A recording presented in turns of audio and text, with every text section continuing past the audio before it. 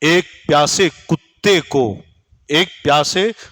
کو ایک طائفہ نے پیاسا کتا تھا، طائفہ نے اس پیاسے کتے کو دیکھا ہانپ رہا ہے، شدت پیاس کی بنیاد پر ہانپ رہا ہے۔ اب وہ عورت جس کا دھندا زینہ کاری کا تھا، طوائف تھی، اسی راستے سے جاتی تھی، اسی راستے سے آتی تھی، جب وہ لوٹ کر اپنے گھر کو جا رہی تھی نا تو اس کی نگاہ کتے پہ پڑی، کتا ہانپ رہا ہے۔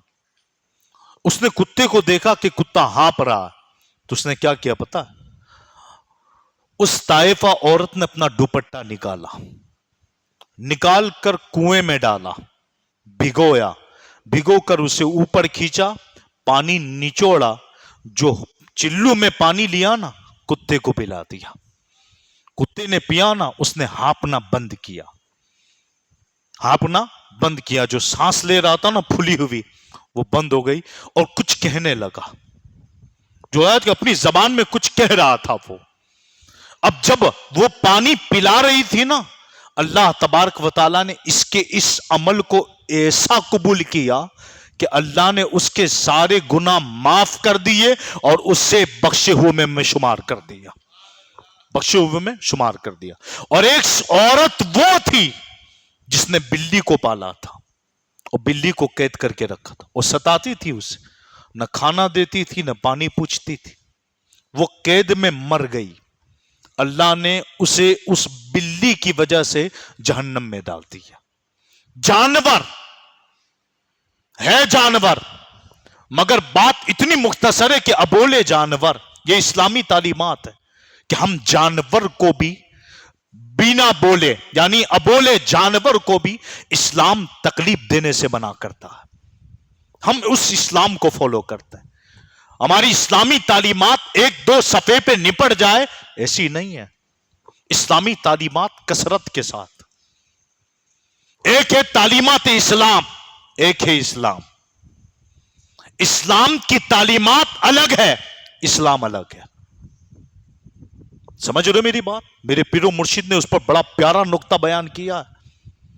اسلامی تعلیمات یہ ہے کہ ابولے جانوروں کو نہ مارا جائے، اسلامی تعلیمات یہ ہے کہ وہ جانور جو بول نہیں سکتے ان کے سامنے ہر دم کھانا پیش کرو، یہ اسلامی تعلیمات۔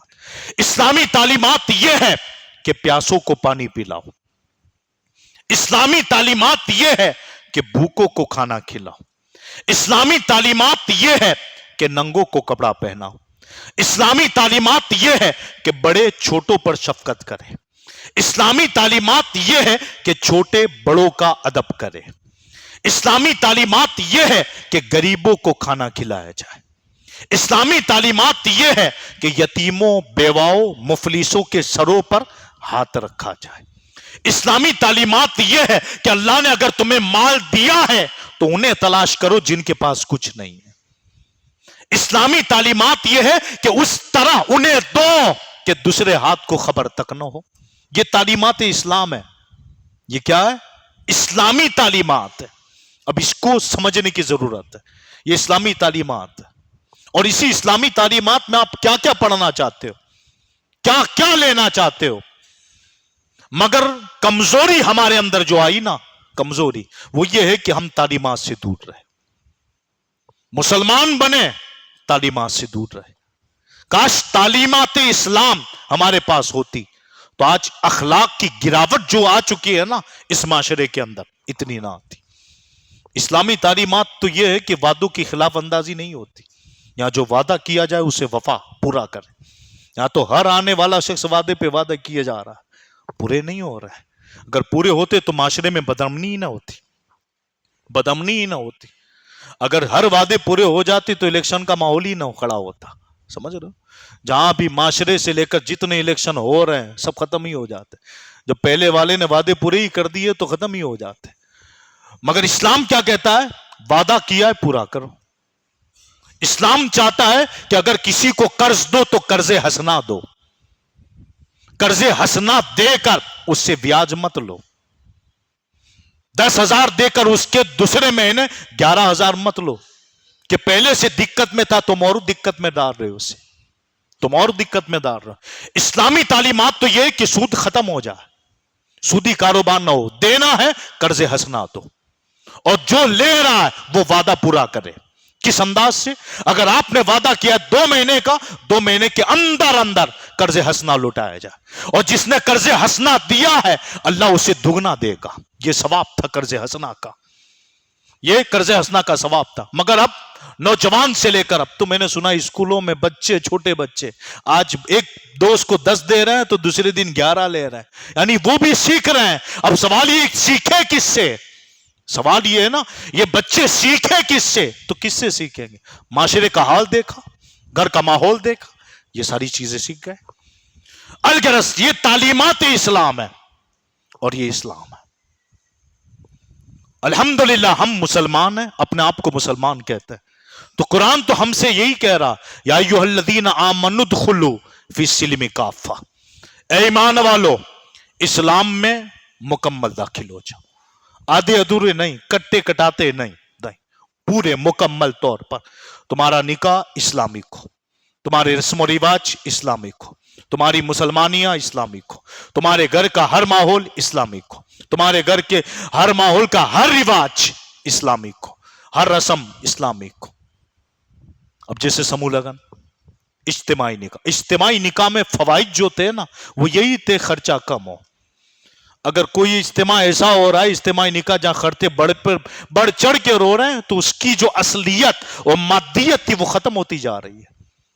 تو ایسی اجتماعیت نکاح کا کوئی فائدہ نہیں ہے، جہاں آدمی خرتا بھی کلا جائے اور کہتا چلے جائے ہم لوگ اجتماعی نکاح میں شادی کی ہے، نہیں، یہ فائدہ ہی نہیں۔ اجتماعی اور سموہ لگن کا جو فائدہ تھا اجتماعی نکاح کا، اس کا اصل مقصد تھا فریقین پر بوجھ کم ہو، نہ لڑکے والے پر زیادہ بوجھ ہو نہ لڑکی والے پر۔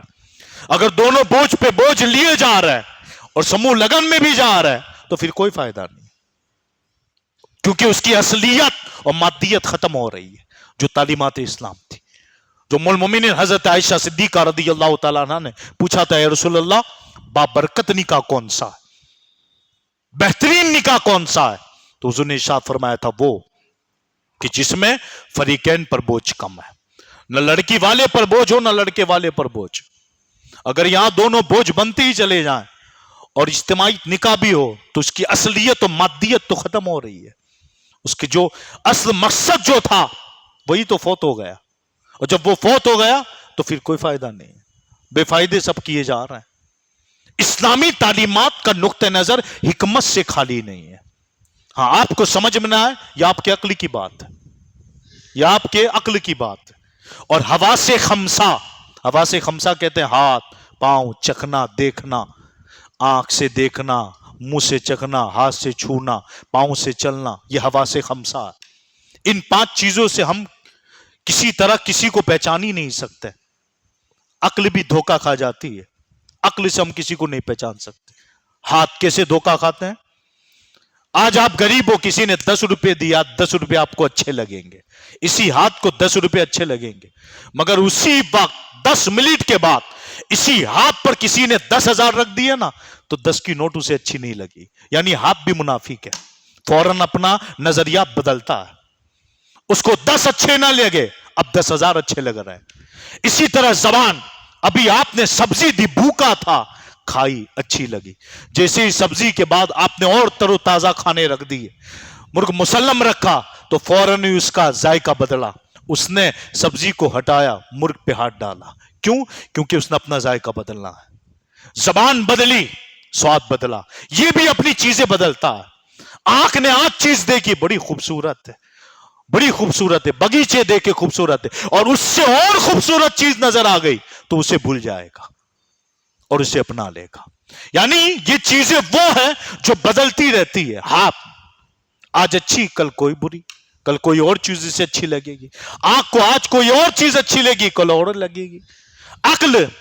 عقل تو ایسی عیار ہے، بدماش ہے، کہ اگر آج 4 دوست اچھے لگے تو کل وہی دشمن بنیں گے، پرسوں جو اسے فائدہ دیں گے وہی دوست ہو جائیں گے۔ یہ عقل کا تقاضا۔ عقل کا تقاضا تو یہ ہے کہ عقل نے کئی لوگوں کو بھٹکا بھی دیا، سمجھاؤ پھر بھی سمجھانا انہیں سمجھ میں کام نہیں آتا۔ عقل جب بھٹکانے پہ آتی ہے نا تو پتھروں کو معبود بنا لیتی ہے۔ یہ عقل ہے. اور جب عقل صحیح سالم ہو اور نبی پاک کی تابع دار ہو تو پھر ایک معبود کی عبادت کرتی ہے. اسے سمجھنے کے لائق ہے. یعنی یہ وہ تمام چیزیں ہیں جسے ہم سب کو نبی پاک کا غلام بنانا پڑے گا ان کے نقش قدم پر. وہی ذات ہے جن سے سب کچھ ہے. اس لیے حضور شیخ الاسلام نے کہا تھا ایک ہے تعلیمات اسلام، ایک ہے اسلام. تعلیمات اسلام الگ چیز ہے، اسلام الگ چیز ہے.